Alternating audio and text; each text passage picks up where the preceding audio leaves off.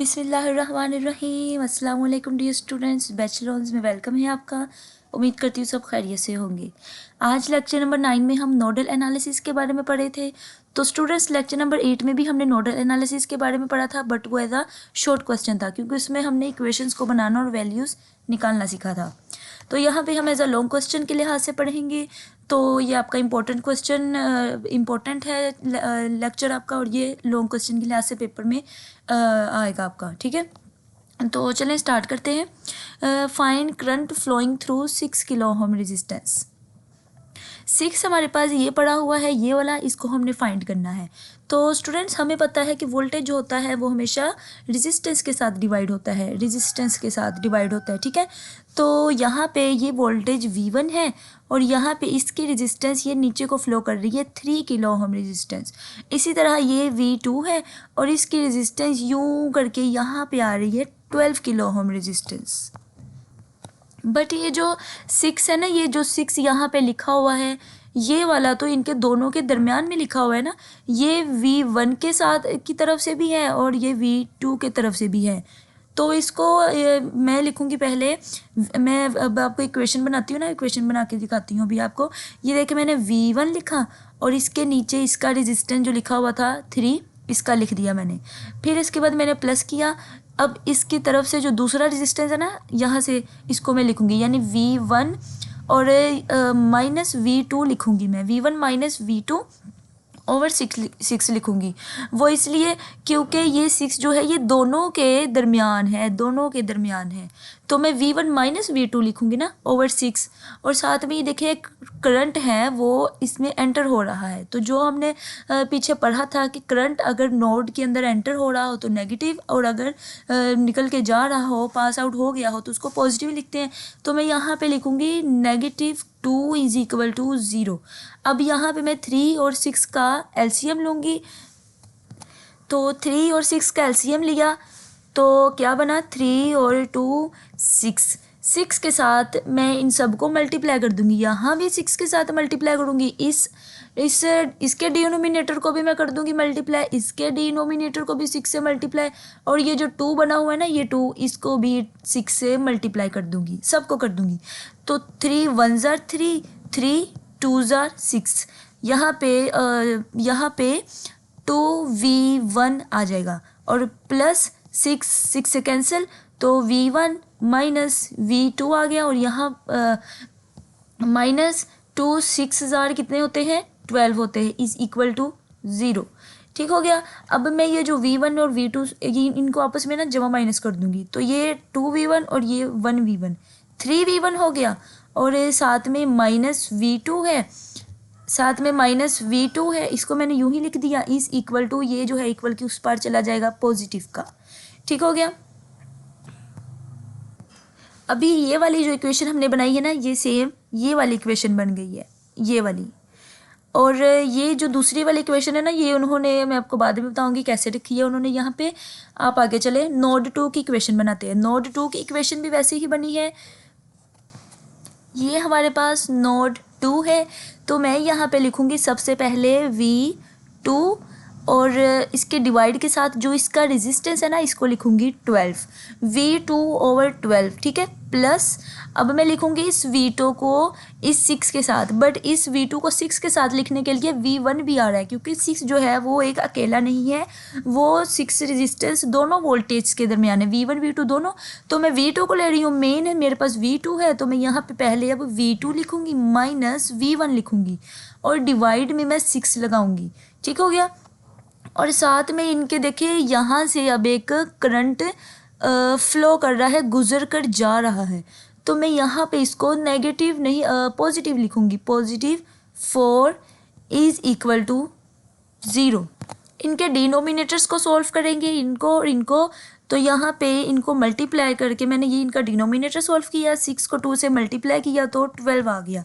इस 12 को मैं इसके साथ भी मल्टीप्लाई कर दूँगी, इसके साथ भी, यानी जितनी भी वैल्यूज़ है ना, जितनी भी वैल्यूज़ उन सब के साथ कर दूंगी। एक हमारे पास एक डिनोमिनेटर था V2 ओवर 12, दूसरा डिनोमिनेटर था V2 माइनस V1 ओवर 6, ये वाला डिनोमिनेटर, और तीसरा जो है वो 4 लिखा हुआ है, इसके साथ भी मल्टीप्लाई कर दूंगी यहाँ पे यूँ करके।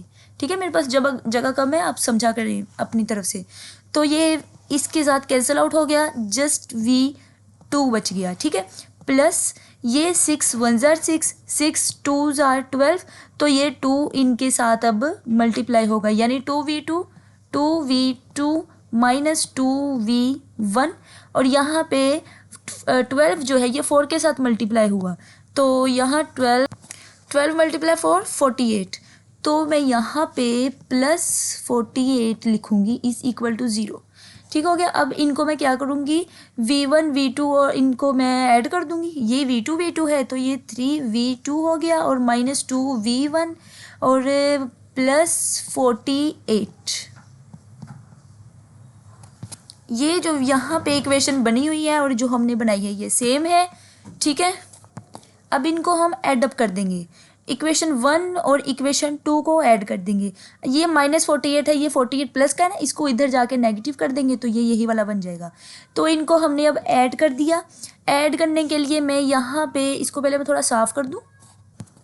ऐड करने के लिए मैं यहाँ पे इक्वेशन नंबर 1 को लिखूँगी और इक्वेशन 2 को लिखूँगी। मैंने ये इक्वेशन 1 बनाई थी तो मैं इसी को लिखूँगी। तो मैं लिखती हूँ 3V1 minus V2 is equal to 12, और दूसरी मैंने इक्वेशन बनाई थी ये नीचे वाली 3 माइनस 2V1 और positive 3V2 is equal to minus 48। ठीक हो गया, 48। अब यहाँ पे मैं देखती हूँ कि मेरे पास तो कुछ कटिंग के लिए आ ही नहीं रहा। ये V1 जो है ये पॉजिटिव का है और ये भी पॉजिटिव का है, लेकिन ये तो V1 है और ये V2 है, तो कुछ भी नहीं हो रहा। तो मैं इनमें से किसी एक को एक जैसा बना दूँ ताकि कटिंग हो जाए। तो ये 3V2 है पॉजिटिव का और ये V1 है V2 है नेगेटिव का। अगर मैं इसको इस होल को 3 के साथ मल्टीप्लाई कर दूँ तो ये भी हो जाएगा, ये तो चले हो ही जाएगा ना, ये भी 3V2 हो जाएगा नेगेटिव का और ये 3V1 पॉजिटिव का है। तो इसी वजह से उन्होंने डायरेक्ट इसको ना 3 के साथ मल्टीप्लाई करके लिखा था बस। अब यहाँ पे इसको 3 के साथ जब हमने मल्टीप्लाई किया ना तो ये इक्वेशंस ऐसे की बन गई। 3 को 3 से मल्टीप्लाई किया तो आपके पास 9V1 आ गया। ये नीचे उन्होंने ना आगे पीछे करके लिखा हुआ है, पहले उन्होंने V2 लिखा फिर V1 लिखा, हमने पहले V1 और फिर V2 लिखा, और 3 ये 9 हो गया, ये 3 हो गया और ये 48 हो गया 36। ठीक है, तो अब देखें इसको उन्होंने किया कटिंग कर दिया, फिर V2 आपस में कट कर गए और ये V1 बच गए। तो माइनस प्लस माइनस 9 में से हमने 2 माइनस कर दिया तो 7 बच गया हमारे पास, यानी 7V1 इज इक्वल टू 48 को 38 के साथ माइनस किया हमने तो 12 बच गया। तो V1 इधर ही रहा और 12/7 आ गया हमारे पास आंसर। ये माइनस का था तो माइनस 48, क्योंकि माइनस का था ना तो minus 48 plus 36 plus minus minus 48 में से 36 को माइनस किया तो माइनस 12 बच गया। अब ये V1 की वैल्यू जो है ना ये हम किसी एक में पुट कर दें, या तो हम इस इक्वेशन में पुट कर दें जो हमने बनाई थी या इस इक्वेशन में पुट कर दें। देखें जो बनी हुई ये वाली पहली इक्वेशन है ना ये छोटी है, हम छोटी वाली इक्वेशन में अगर वैल्यू पुट करके निकालेंगे ना तो हमारा आंसर लिमिटेड होगा, मतलब हमारा इतना सोल्व करने वाला नहीं होगा। तो मैं इस दूसरी वाली इक्वेशन को ही ले रही हूँ, पुट इन ए के अंदर मैंने V1 की जगह उसकी वैल्यू को पुट कर दिया, सोल्व किया मैंने और इसका आंसर आ गया। सोल्व करके बता दूं, ये हमारे पास V1 की वैल्यू है और यहाँ पे मैं लिखूँगी इसकी फर्स्ट वाली equation minus V1 plus 3V minus V2 है यहाँ पे, minus V2 plus 3V1 is equal to 12। ठीक हो गया। यहाँ पे मैं क्या करूँगी, इनकी वैल्यूज़ को मैं पुट करूँगी, जो V1 की वैल्यू आई है यहाँ पे मैं पुट करूँगी। तो माइनस V2 यूँ ही रहा प्लस 3 और यहाँ पे 12/7 आंसर इसका लिख दिया और 12 आ गया। मुझे क्या फाइंड करना है, V2 फाइंड करना है। V2 को मैं इक्वल के उस पार कर दूँगी और 12 यहाँ पे सोल्व करने के लिए ले आऊँगी, यानी इनकी वैल्यूज़ इनकी जगह को ना हम चेंज कर दें। तो मैं यहाँ पे इक्वल के इस पार लिख देती हूँ V2 और ये वाला जो है ये पॉजिटिव का है, इक्वल किस तरफ लिखूँगी तो नेगेटिव हो जाएगा। तो 3 इंटू -12/7 प्लस -12 ये, और ये 7 इसके साथ मल्टीप्लाई कट नहीं होता, अगर कट नहीं होता तो ऊपर इसको, ये इसके साथ डिवाइड नहीं ना होता, अगर कट नहीं होता तो ऊपर इसको मल्टीप्लाई कर देते होते हैं। तो 3 12 36/7 -12 इज इक्वल टू V2। तो यहाँ पे इसका हम LCM सोल्व कर लेते हैं। यहाँ पे मैं सोल्व करती हूँ, 7 को हमने नीचे LCM में रखा और 7 को दोनों तरफ हमने मल्टीप्लाई भी की, क्योंकि इसका डिनोमिनेटर 1 है ना, तो 7 1 ज़ार 1, इधर भी 7 से मल्टीप्लाई, इधर भी 7 से मल्टीप्लाई। तो इधर नहीं करेंगे, इधर नहीं करेंगे, ये तो हमने फाइंड करना है ना, जस्ट हम छोटा सा LCM ले रहे हैं इक्वल की एक तरफ, ताकि दोनों को हम थोड़ा सा सिंप्लीफाई कर लें। बटे के नीचे 7 आ गया, दोनों तरफ मल्टीप्लाई की, यहाँ से 7 7 कट गया, 36 आंसर आ गया। और -7 को 12 से हमने मल्टीप्लाई किया तो 84 आ गया, 84। और यहाँ पे इनको हमने ये माइनस का था, माइनस था 3, यहाँ पे माइनस लिखूँगी, माइनस माइनस प्लस, और 120/7, ठीक है। ये इसका 1 मिनट क्लियर करूँ, 1 मिनट में, हाँ जी यही आता है। एक बार कैलकुलेटर से ना करके देख रही थी कि यही है ना इसका आंसर, ठीक है यही आ गया। तो ये इसका हमने यू आंसर निकाल लिया। अब ये V2 की वैल्यू है, और वो हमने क्या फाइंड करना था, हमने करंट फाइंड करना था। ये करंट लिखा हुआ है, current flowing through 6 kilo ohm resistance. तो करंट फाइंड करने के लिए उसकी इक्वेशन हमें मालूम है। यहाँ पे करंट के लिए करते हैं I is equal to V/R लिखते हैं। तो I is equal to V/R के लिए हमारे पास वोल्टेज और रेजिस्टेंस होना चाहिए। वोल्टेज तो हमारे पास अभी 2 आ रहे हैं वोल्टेज, एक V1 है और एक V2 है। तो इनको मैं एक वोल्टेज ही ना बना के लिख दूँ, या फिर उन्होंने कहा क्या हुआ है, उन्होंने भी यही कहा हुआ है। तो V0 फाइंड करेंगे, यानी V2 माइनस V1। एक जब हम वोल्टेज, 2 वोल्टेज से एक वोल्टेज फाइंड करने लगते हैं ना, तो बड़े में से छोटे को माइनस कर देते हैं। तो V2 हमारे पास अभी निकला -120/7, और V1 जो है हमारे पास वो ये है। तो माइनस है पहले का एक, और ये भी माइनस है, तो इनको प्लस कर दूंगी, यानी +12/7। दोनों का एक ही हमारे पास डिनोमिनेटर है 7, इधर भी 7 से मल्टीप्लाई कर दिया, इधर भी 7 से मल्टीप्लाई, ये कट हो गया, ये भी कट हो गया, तो -120 + 12 ऊपर बच गया हमारे पास। इनको प्लस माइनस करेंगे आपस में, 108/7 आ जाएगा आंसर। बड़ी वैल्यू का साइन हमेशा लगता है, तो ये हमारे पास V0 बच गया। तो जो यहाँ पे हम इसका करंट फाइंड करेंगे, I is equal to V/R था, I0 यहाँ पे I की जगह I0 भी लिखेंगे, और इज़ इक्वल टू V/R।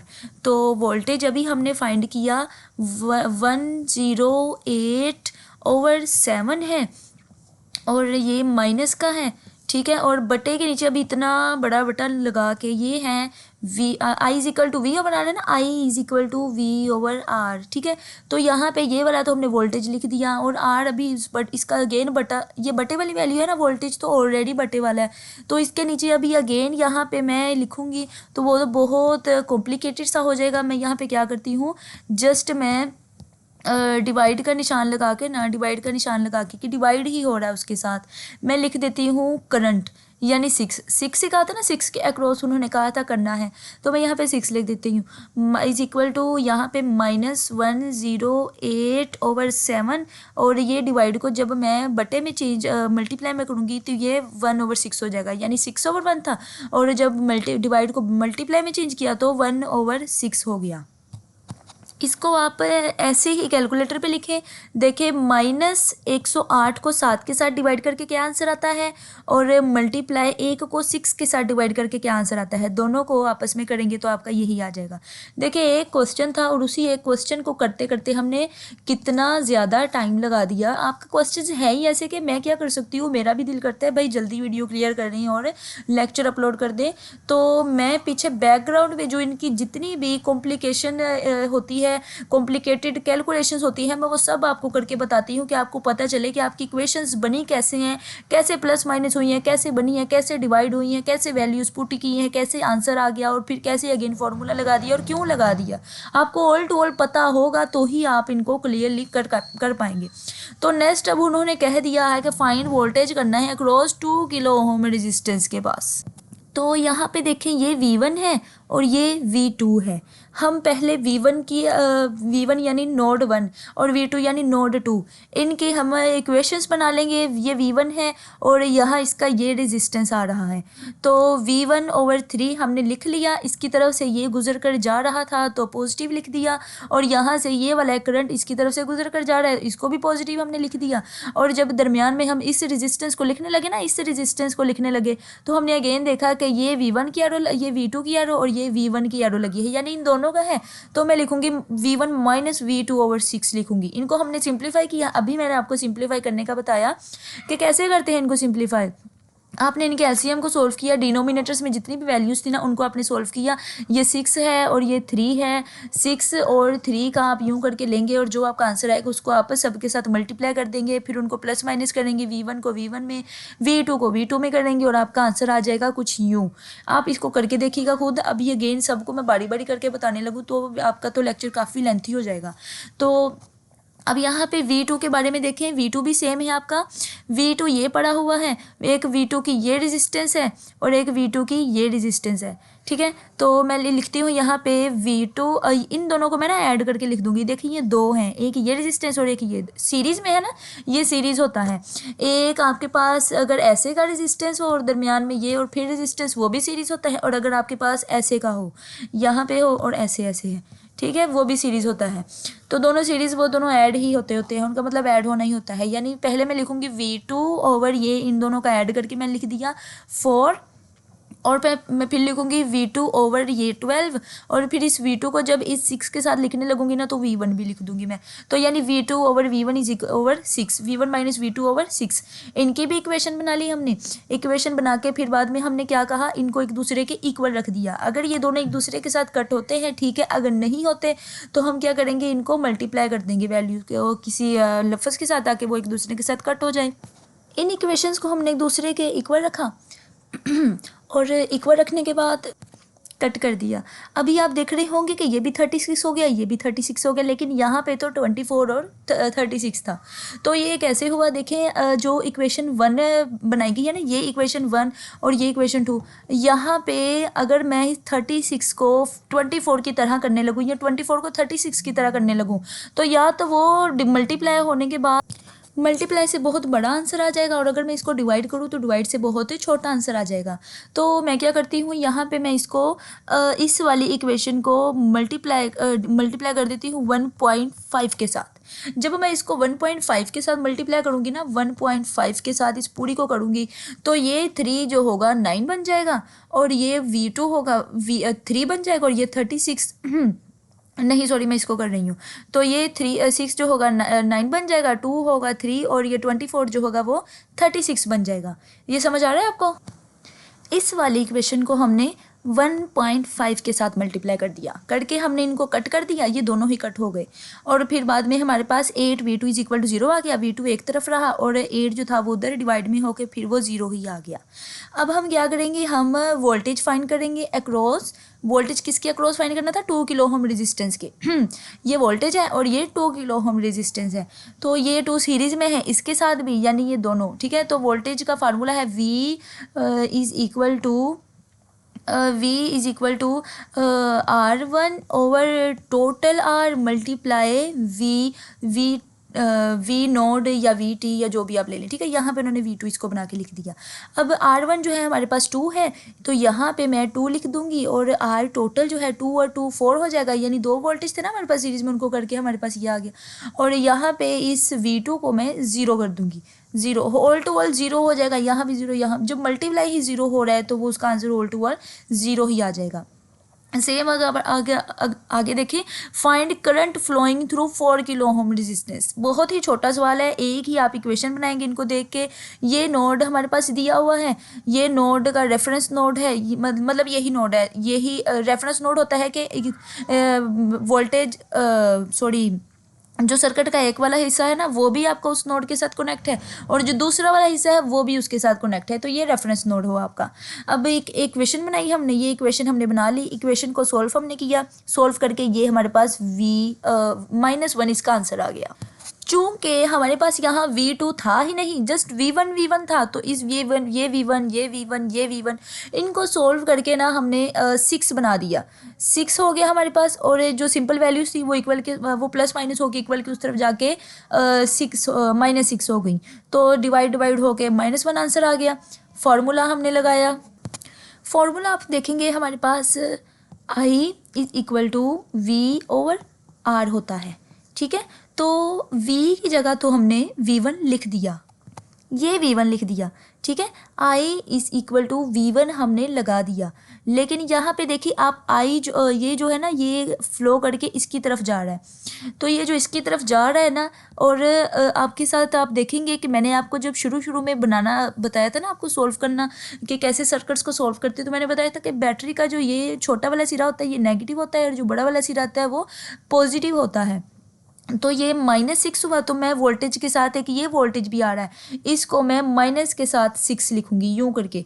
तो ये उन्होंने लिखा, और आर के नीचे उन्होंने उसकी रेजिस्टेंस लगाई, ये रेजिस्टेंस है इसकी, ये आर लगा दिया, इनको सोल्व किया उन्होंने, सोल्व करके आपका आंसर आ गया, यानी -6 + 6 -1 + 6/4, इनको प्लस माइनस किया 5/4 हो गया, 5 को 4 से डिवाइड किया तो 1.2 आंसर आ गया आपका। सेम ये भी वैसे का ही है, इसको आप खुद सॉल्व करेंगे। मैं बता देती हूँ फिर भी, जो ये रेफरेंस नोड उन्होंने दिया हुआ है ये V1 है, V1 की फुल इक्वेशन बनाएंगे, यहाँ से V1 मैं लिखूँगी V1 - 6। इसकी इक्वेशन मैं क्यों कैसे बनाऊँगी, वोल्टेज होता है ना वोल्टेज, इसको डिवाइड करते हैं रेजिस्टेंस के साथ, लेकिन यहाँ पे ये रेजिस्टेंस जो है मतलब इस 6 इसके दरमियान 6 भी आ रहा है, यानी एक ये वोल्टेज और ये दो वोल्टेज के दरमियान 6 आ रहा है, तो मैं वोल्टेज को लिखूँगी यूँ करके, यानी V1 और ये V1 माइनस, अब ये दूसरी वोल्टेज लिखूँगी, दूसरी वोल्टेज जो है ये माइनस वाला इसका सिरा ऊपर है और नीचे पॉजिटिव वाला सिरा है।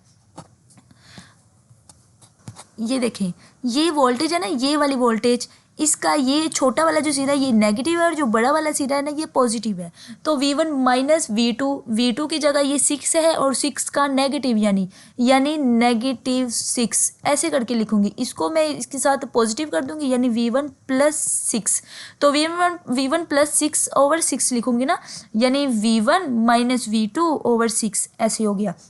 सेम ऐसे ही ये वाला भी सर्किट करूँगी, ये V1 + 3 ऐसे करके V1 + 3/2, ठीक है, ये हो गया, ये एक बन गया अभी मैंने बताया आपको, और एक ये बना के बताया आपको। और ये जो है ना आपके पास ये V1 इसके साथ नीचे आ रहा है, मैंने आपको बताया था कि जब ये वाला हो सेम ऐसे का, दो रेजिस्टेंस हो एक पैरेलल लाइन के ऊपर हो, जैसे ये एक पैरेलल लाइन है इसके ऊपर दो रेजिस्टेंसेस आ रही हैं, तो ये सम होता है इनका, यानी 2 और 1 3, तो यानी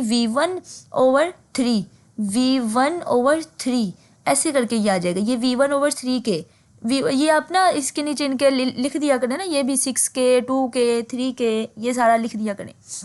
इनको हमने सोल्व किया, सोल्व करके ये इसका आंसर आ गया, V1 = -15/6 इसका आंसर सोल्व करके आ गया। और हमने V नोड यानी वोल्टेज डिवीजन रूल हमने फॉर्मूला लगा दिया, V = IR। अगर हमने जस्ट वोल्टेज फाइंड करना हो तो V = IR होता है, और अगर हमने वोल्टेज डिवाइडर फाइंड करना हो तो V = R1/R टोटल × VT होता है। तो ये R1/R2 लिखा हुआ है, यानी ये वाला ये R1 और ये R2, यानी 1 और 2 3 होता है, 1/3 ये R1 हो गया, और ये इनके साथ हमने ये VT लगा दी। अभी ये जो हमने वोल्टेज फाइंड किया ये लगा दी, इनको सोल्व किया आपस में, ये इसका आंसर आ गया। Find the voltage across 12 kilo ohm resistance, we don't know the value of the current in this circuit. हमें करंट नहीं मालूम, फिर भी वो कह रहे हैं कि आप इसको फाइंड करें। हमें करंट नहीं भी मालूम तब भी हम क्या करेंगे, हम इसकी वैल्यू फाइंड कर सकते हैं। हम क्या करेंगे, हम नोड 1 की इक्वेशन बनाएंगे। V1 की वैल्यू आ गई, बस V1 ही है ना, V2 तो नहीं है। जो हमारे पास यहाँ पे V2 भी होता, प्लस या माइनस में V2 भी होता, वो तो है ही नहीं हमारे पास, तो जस्ट V1 है। और V1 को ओल्ड वर्ल्ड V1 था, V1 को हमने सोल्व किया और आंसर आ गया। हमने क्या किया, हमें वोल्टेज चाहिए था, तो हमने ये V नोड लिखा, V1 माइनस VS, इनको हमने लिख दिया। V1 हमारे पास अभी हमने सोल्व किया, 6 आ गया, और दूसरा जो है VS वो भी हमारे पास 6 है, तो 6 और 6 0 आंसर आ गया। नेक्स्ट चलते हैं। Next find the current flowing through 2 kilo ohm resistance. Same वही वाले आपके क्वेश्चंस आ रहे हैं, बस बता के अब मैं वीडियो को थोड़ा ही लेंथी कर रही हूँ और कुछ नहीं। अपने इक्वेशंस को बना लिया, इक्वेशंस को बना के एक दूसरे के साथ कट कर दिया। देखेंगे अगर कट हो रही हैं ठीक है, नहीं तो आप किसी वैल्यू को उसके साथ मल्टीप्लाई करेंगे ताकि वो कट हो जाए।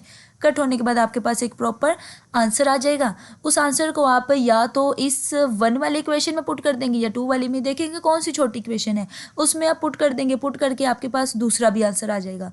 दोनों आंसर्स को आप जो फाइंड करना है, अपने वोल्टेज फाइंड करना है, करंट फाइंड करना है। करंट फाइंड करना था 12 के अक्रॉस फाइंड करना था, तो करंट ये लिखा हुआ है और ये करंट के साथ 12 लिखा हुआ। आप कहेंगे ये भी 12 ये भी 12, नहीं, ये करंट और ये इसके साथ 12 लिखा हुआ। इसको हम फॉर्मूले में पुट करेंगे और फॉर्मूले में पुट करके हमारे पास आंसर आ जाएगा। ठीक हो गया। तो नेक्स्ट चलते हैं। नेक्स्ट आपके पास उन्होंने क्या, nodal analysis find VP find करने के लिए। तो ये वाला क्वेश्चन तो बहुत लेंथी है। पहले हम देखें, हम पहले क्या करेंगे, नोड P फाइंड करने के लिए हम इनकी इक्वेशंस पहले बनाएंगे। इक्वेशन 1 बना ली नोड 1 की, फिर नोड P की इक्वेशन बनाई, फिर नोड 2 की इक्वेशन, फिर नोड 3 की इक्वेशन, और फिर सबकी वैल्यूज़ फाइंड करने के लिए हम V1 की वैल्यू फाइंड करेंगे, V2 की वैल्यू भी हमारे पास होनी चाहिए, V3 की वैल्यू भी होनी चाहिए। जब ये तीनों वैल्यूज़ होंगी तब ही हम VP की वैल्यू फाइंड करेंगे। इतना लेंथी क्वेश्चन आई थी कि पेपर में नहीं आता, बट फिर भी अगर आप इसको करना चाहें तो आप कर लीजिएगा। मेरी तरफ से आपको इजाज़त है कि आप इसको छोड़ दें।